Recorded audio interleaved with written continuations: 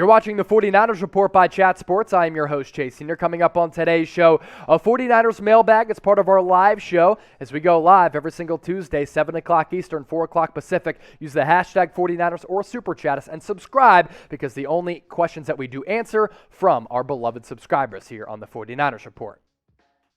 We start off this mailbag with this question coming in from Collin James. What do you make of Jimmy G's future after what you had talked about from Peter King? So if you missed our Monday show, we relayed the latest trade rumors from Peter King, who is, of course, tapped into a lot of the organizations across the National Football League, has been covering this league for decades. He had reported in his Football Morning in America column that the 49ers have not made up their minds as to who the quarterback will be in 2022. Of course, Jimmy Garoppolo entering the final year of his contract. You maneuvered up in the draft to take Trey Lance at number 3. All signs kind of indicate the Trey Lance being the starter next year, but Jimmy Garoppolo really over the last 2 months has been one of the more efficient quarterbacks in the NFL, playing very well. So let's say Jimmy Garoppolo leads the Niners to a deep playoff run. You going to move off of him? It might be hard to do that. To me, it all comes down to Trey Lance's readiness, but man,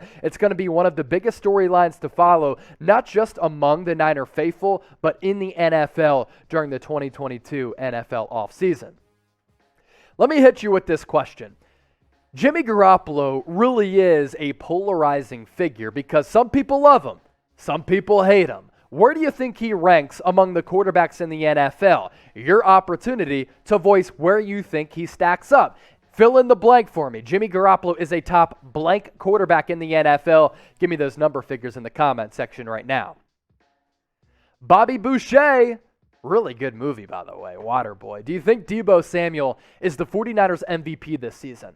It's close. It's got to be between him and Nick Bosa. Both of them have profound impacts on both sides of the ball. I might make the argument that Nick Bosa has been more valuable to his team than Deebo Samuel. I think you can survive and escape without wide receivers, especially in today's pass-happy NFL where a lot of the rules cater to offensive scoring points and stacking up yards.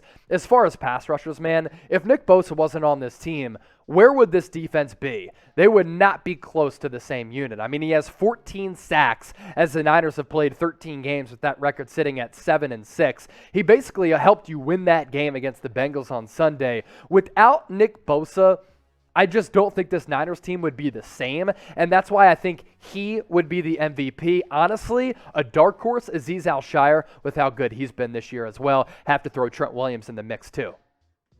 George Kettle, with Arizona losing to the Rams, how does that affect our playoff chances?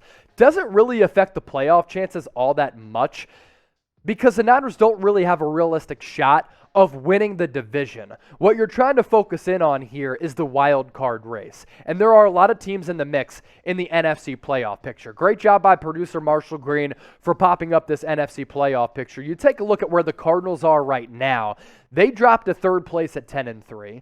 The Rams are 9-4. You're not really focusing in on what the Cardinals are doing, at least right now. More of the focus is with the Rams. Now, in that wild card hunt, outside of the Niners at 7-6 and Washington at 6-7, Minnesota at 6-7, Philadelphia at 6-7. You have the tiebreaker over both of those teams. That's why those wins were so big. Atlanta, this game on Sunday, going to go a long way in determining the Niners' playoff odds. Right now, with that win over the Bengals, a 90% chance for them to make the playoffs. Can they catch the Rams? Maybe. You take them on the last week of the regular season. Do the Cardinals falter down the stretch? I don't know. I didn't like Kyler Murray's body language late in that game. I just think there's a little bit too much of a distance between the Niners and the Rams and the Cardinals.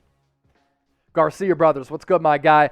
Chase, what is Kyle going to do with the secondary? They keep getting burnt, especially Josh Norman. Can't always depend on the defensive line. Unfortunately, that's what the Niners have to do right now. They have to rely on the depth and the star power along that defensive line to really produce a great pass rush because, man, that secondary is bad. I mean, you're looking right now, and this is going to change throughout the week. We're recording this during our live show on Tuesday. You're looking at a situation right now where the only healthy cornerbacks on the team right now as of Tuesday, Josh Norman and Deommodore Lenoir, because Ambry Thomas is in concussion protocol. So the defensive line really has to get a lot of pressure, so that they don't give opposing quarterbacks time to carve up their defense. Now, in the playoffs, that could be a problem if you have to go on the road to take on an Aaron Rodgers or a Tom Brady or a Matthew Stafford or a Kyler Murray. Dak Prescott, not too worried about him because he's been playing shitty football of late, but man,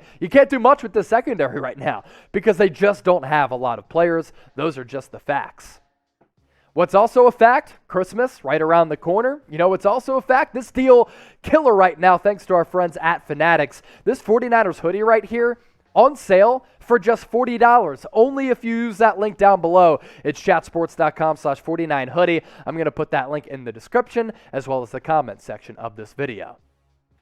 Bruce Mapp, DJ Jones and Laken Tomlinson, both free agents. Should we re-sign both? I think it's important to re-sign both. DJ Jones, he's been one of the best interior defensive linemen in the league this year as a secondary player. Not talking about the Aaron Donalds of the world. I'm talking more about rotational guys. And he's like top 5 in a lot of defensive categories on the Niners defense this year.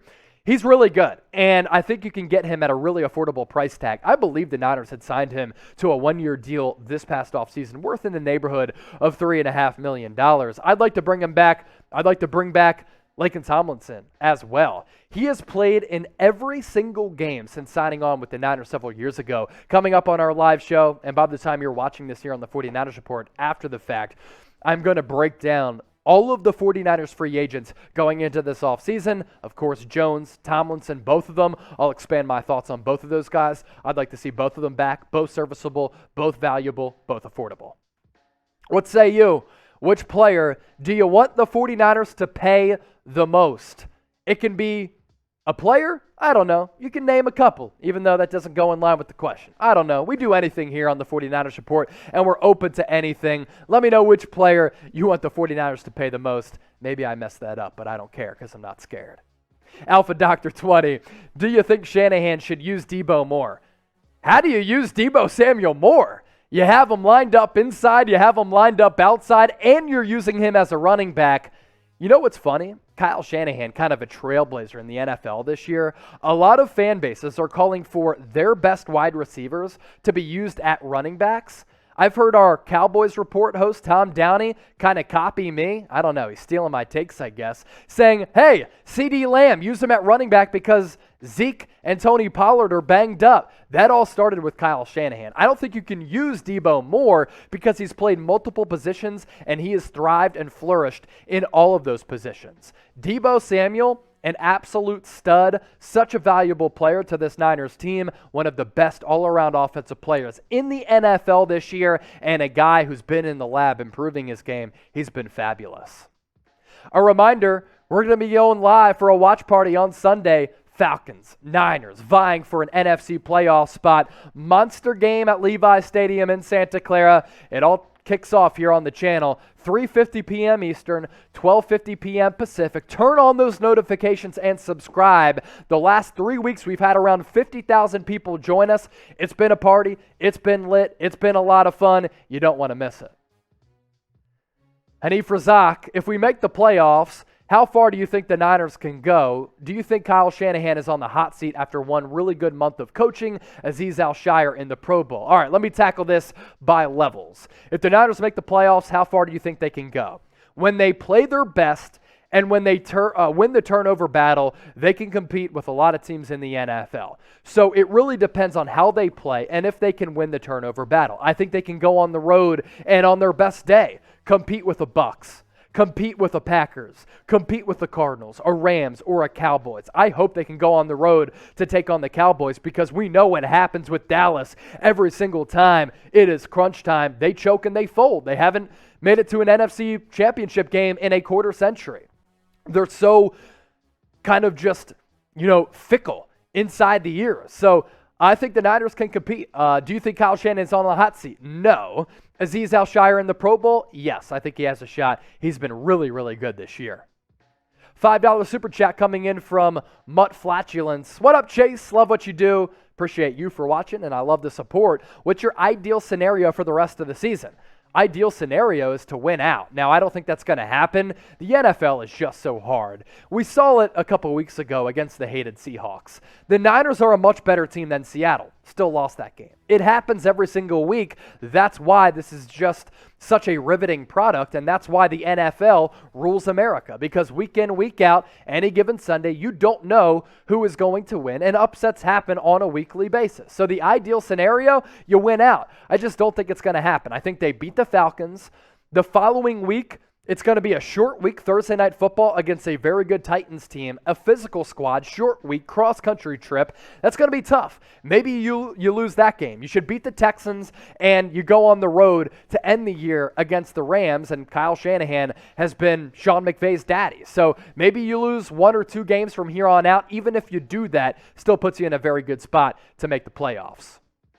If you're subscribed to the 49ers Report, this is what I want you to do right now in the comment section. Type me and let me know you are subscribed to the channel. And if you haven't done so already, free daily videos, watch parties every game day, live shows every Tuesday, and we cover the latest 49ers news and rumors in a fun, entertaining, informative way, and we do it better than anybody else.